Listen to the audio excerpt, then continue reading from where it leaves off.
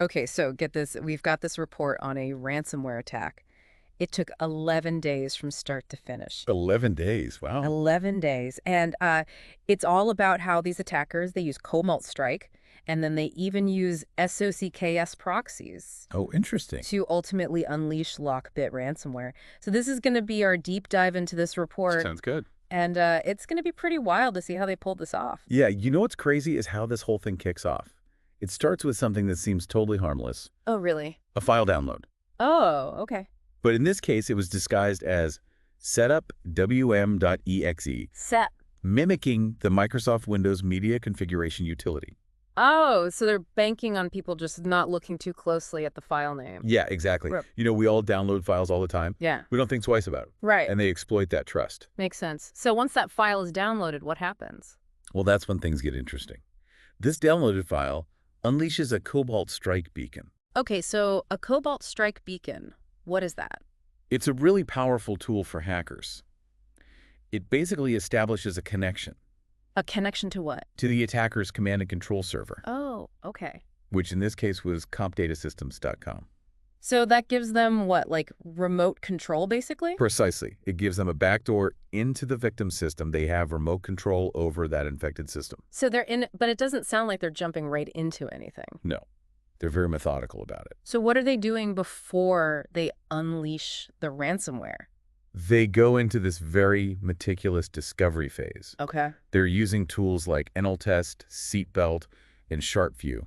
They're basically charting the terrain before they make their move. Ah, so they're mapping out the whole network, figuring out where everything is. Exactly. They're identifying the most valuable targets, the system's weaknesses. Okay. Is that common to do this much recon before a ransomware attack? Absolutely. It's standard operating procedure. Yeah. By understanding the network structure, the defenses, the valuable assets, they can really maximize their impact and their chances of success. Yeah, I guess it makes sense. Don't just go in blind. Right, exactly. And they even use the custom tool called check.exe to probe remote hosts. So they're really digging deep.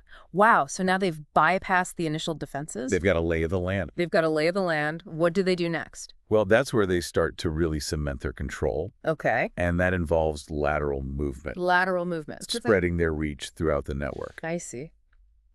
So they started deploying System BC and GhostSauce proxies to a domain controller. System BC and Ghost Saw KS, those sound a little technical. What are those doing? Essentially, they're creating these hidden tunnels Okay. that allow them to bypass firewalls and move undetected within the network. Ah, so they're kind of like setting up these secret passageways throughout the network. Exactly. Okay. And they're basically taking these legitimate system features Oh, right.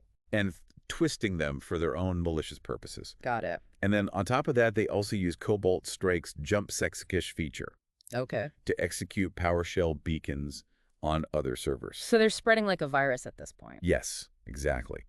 And to make sure that they maintain access, even if someone tries to reboot the system, Yeah. they use persistence techniques. Ah, persistence, right. They don't want to lose their access. So they created scheduled tasks Yeah. Okay. that ensure their malicious proxies and tools would launch automatically, Okay. even if the systems were rebooted. So they're just there waiting. Exactly. And they even went so far as to use a registry run key to hide GhostSauce persistence. So that's another way to maintain persistence, huh? It is, and it's a less common technique, which kind of highlights their sophistication. So they're really good at what they do. Oh, yeah. And then their next objective was to evade detection, cover their tracks. So I'm guessing they went after Windows Defender. You got it. They systematically disabled it. Okay, and how did they do that? Well, they manipulated group policy settings, Right. and they used WMIC to remotely disable real-time monitoring. So basically they're using the system's own defenses against itself. Exactly. That's pretty clever. It is. And you might be wondering, could this have been prevented? Yeah, I was going to ask that. Were there any signs that Windows Defender was being tampered with? Right. Well, while they were successful in disabling many features, Okay. the report does mention that Windows Defender actually blocked one of their attempts Oh, really? to dump credentials from the Active Directory database. So even though it was partially disabled, it still did something. It did. So that's a small victory. Yeah, at least it's something. Okay, but disabling Defender wasn't their only tactic to avoid detection, was it? No, it wasn't. They also used process injection techniques. Okay. So they hid their malicious code within legitimate processes, So like what kind of processes? like svcoast.exe, for example. Right. This just helps them blend in, avoid raising those red flags. So they're moving freely. They're practically invisible at this point. They're practically invisible. What's next? What do they do now? Well, their next target was really the heart of any network. Okay. What's that? They went after credentials. Ah, okay, of course. The keys to the kingdom. Exactly. So how did they do that? I mean, what methods did they use to go after these credentials? Well, they had a couple of tricks up their sleeves. One involved injecting code into the WIRUCLT.exe process. WYUCLT.exe. Yep. Okay, that's a mouthful. What is that? So that process is responsible for managing user authentication in Windows, Okay. and it stores sensitive information like passwords in memory. Oh, okay. So by injecting code into this process, they could potentially extract those passwords. Ah, so it's kind of like digital pickpocketing. Exactly. And remember, they also attempted to use NTDS-util to dump credentials from the Active Directory database. Oh, right, right. But thankfully, Windows Defender, despite being partially disabled, blocked that attempt. So they didn't manage to get every credential, at least. That's good. Yeah. But their persistence was remarkable. I bet. They didn't give up easily. Nope, they didn't. So their next objective was exfiltration.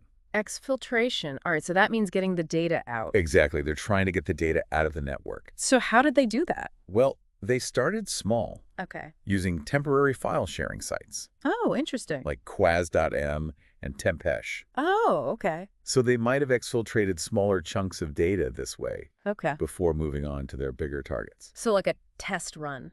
Precisely. And then they shifted to a more powerful tool called Racklone. Wait, Rocklone, isn't that a legitimate tool? It is, yeah. So are you saying that they were using a legitimate tool for malicious purposes? Yes. That happens actually more often than you think. Wow. Cybercriminals often exploit these dual-use tools Okay. because they can fly under the radar I see. of security solutions. That's really sneaky. Mhm. So they're using Rclone to move larger amounts of data out of the network. Yes. And their first choice was FTP. Okay. They tried to exfiltrate data to a server at 93.115.26.127. Okay. But their initial attempts failed. So what did they do? Just give up? No, they're very adaptable. They set their sights on mega.io. Mega. So kind of a more familiar platform. Yes. So did they succeed? They did. They managed to siphon off a large amount of data Oh, wow. for about 40 minutes. So they were on a roll? Did they stop there? They took a little break, but then they were back. They went back to the FTP route. Back to FTP. Wow. They really weren't giving up. No, they weren't. They reconfigured Rclone with a new FTP server, All right. this time at 46.21.2c.52, All right. and managed to continuously transfer data for a whopping 16 hours. Wow. 16 hours. They really were relentless. They were. So they've infiltrated the network. Yeah. They've disabled security. They've gone after credentials. Yeah. And they've exfiltrated gigabytes of data. This is all building up to something big, right? This, my friend, is where we reach the climax of this whole cyber drama, Okay. the ransomware deployment. And they didn't just randomly drop the ransomware. Oh, really? Their approach was far more strategic. Okay. They chose the backup server as their staging ground Interesting. and carefully placed batch scripts on the server to automate the ransomware deployment. So this is where the real damage begins. This is it. I can't wait to hear how they orchestrated this final stage. We'll dive into all the details of their final act, Okay. the tools they used, their tactics to ensure maximum impact Okay. in the next part of our deep dive. All right. Okay, so remember how we left off with the attackers setting up the backup server? Yeah, they chose that as their staging ground. Exactly, and it wasn't random. So why the backup server? Well, think about it. Backup servers usually have pretty high levels of access to a lot of different systems and data. Oh, I see. So it's like a perfect launching point to spread the ransomware quickly. Exactly. And they were incredibly meticulous. Oh, They planted a whole bunch of batch scripts on the server. What were those for? Well, they were designed to automate the whole ransomware deployment. So they're not doing this manually. Not at all. It's all automated. Okay, makes sense. And what's really interesting is these scripts actually had built-in redundancies. What do you mean? So it ensured that the ransomware would be copied and executed in multiple ways. So even if one method failed, there was a backup. Multiple backups, yeah. Wow, so they're really covering all their bases. They really want to make sure that this ransomware spreads. They're leaving nothing to chance. I bet. So what tools did they use to spread it? Well, they use a combination No. of tools like P86, WMIC, and BitSadmin. Okay. And those are all used for spreading the ransomware. Yeah, to distribute and execute it across the entire network. Okay, can you talk a little bit more about those tools? I mean, they sound like they could be used for legitimate purposes too, right? You're absolutely right. They are often used for legitimate system administration tasks. Okay. But in the wrong hand, they can be incredibly dangerous. I bet. So what do they actually do?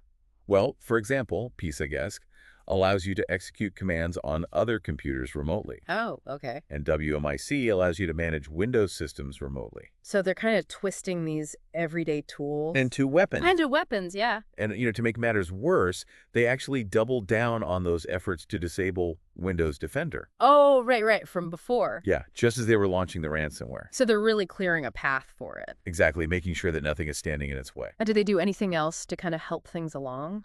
Well, they even went so far as to tinker with the RDP setting. RDP settings, okay. Yeah, likely to make it easier to access infected systems remotely. So they're really thinking of everything? They were covering all their bases. Wow, so they've got the plan, they've disabled the security, they've got their tools. This is it, the moment of truth.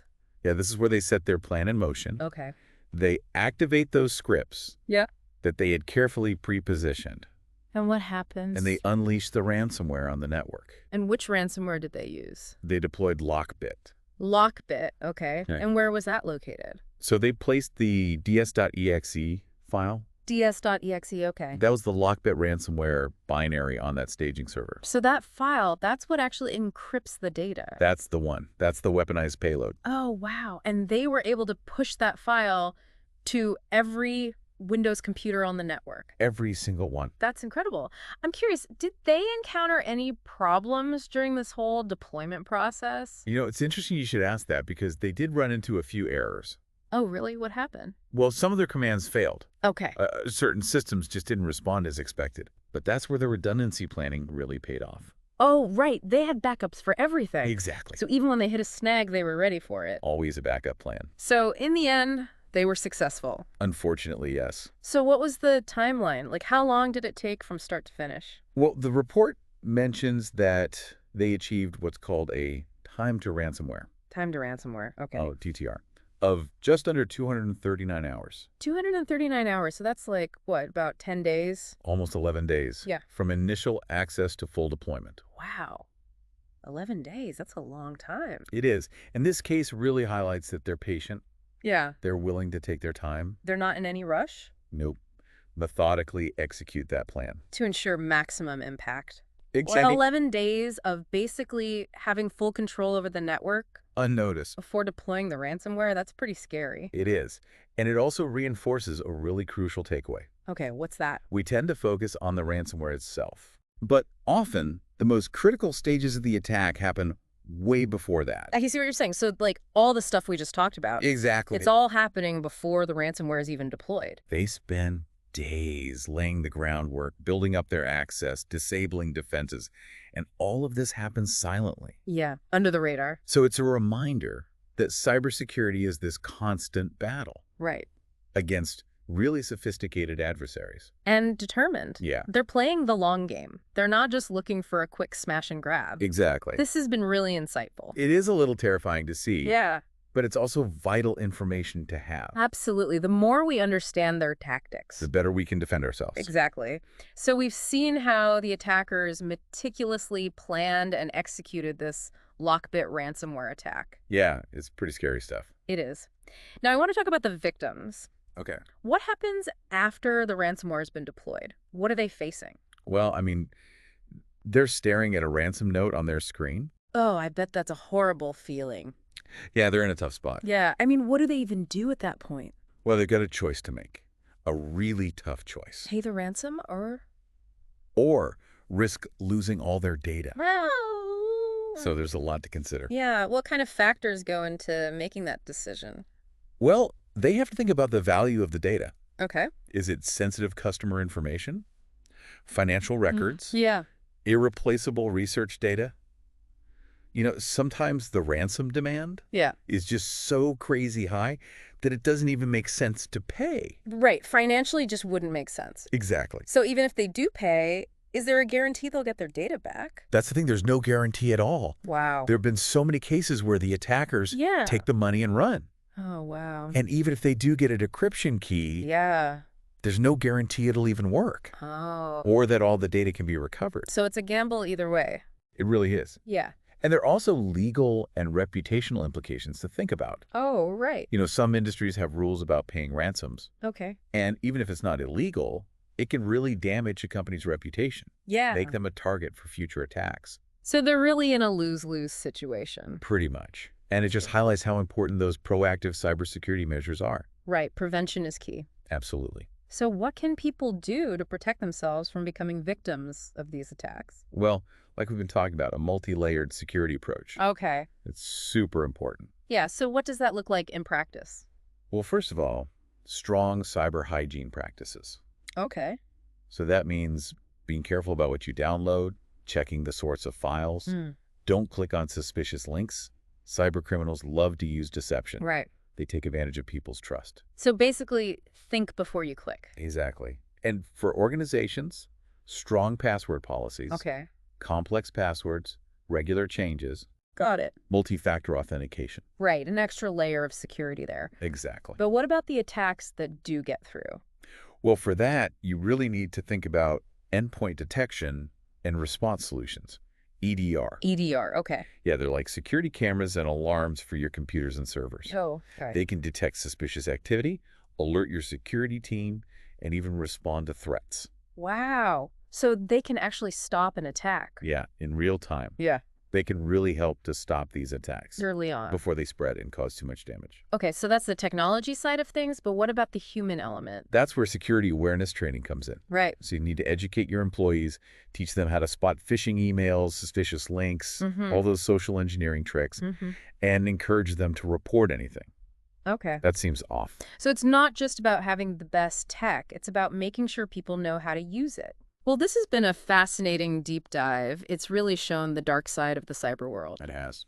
But it's also given us some valuable insights into how to protect ourselves. Oh, sure.